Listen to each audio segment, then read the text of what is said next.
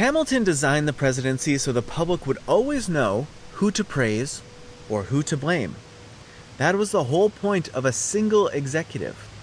In Federalist number 70, Alexander Hamilton argued that a strong, unitary executive was essential to good government. One person, not a council, not a committee. Why? Because only one person could act with decision, activity, secrecy, and dispatch. And because if something went wrong, there'd be no confusion about who was responsible. He warned that a plural executive would conceal faults and destroy responsibility, that it would often become impossible amidst mutual accusations to determine on whom the blame ought really to fall. That's what makes 2025 so unsettling, because we do have a single executive, and yet the blame still disappears. Let's look at the record. In 2020, amid the chaos of the pandemic, Trump was asked why testing had failed to ramp up. His answer? I don't take responsibility at all. Not just a denial of fault, a denial of accountability itself. Fast forward to January 6th. Trump and his allies still claim that Nancy Pelosi blocked National Guard troops, but she didn't have that authority. The D.C. Guard reports to the president.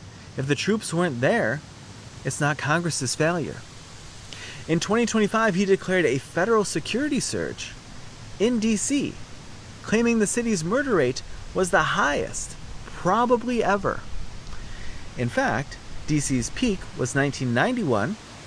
Homicides and violent crime have declined sharply since 2023. And then there are the tariffs. Trump imposed a 10% baseline tariff, because why not, on all imports, and threatened even higher rates on China and others. He told Americans the money would come from foreign countries, but economists agree it mostly comes from us, importers and consumers. And so a pattern emerges. Trump acts, but the costs, the failures, the responsibility, they're always someone else's. This breaks the core logic of Hamilton's argument, because while the structure of the presidency still concentrates power in one person, the political effect of that structure, the clear line of accountability, is being blurred beyond recognition. And without that line, what happens? Voters can't assign blame. Elections become untethered from results. Presidents govern without consequence. And the very reason we trusted one person to hold that much power, because they'd have to answer for it, starts to unravel. So here's the question.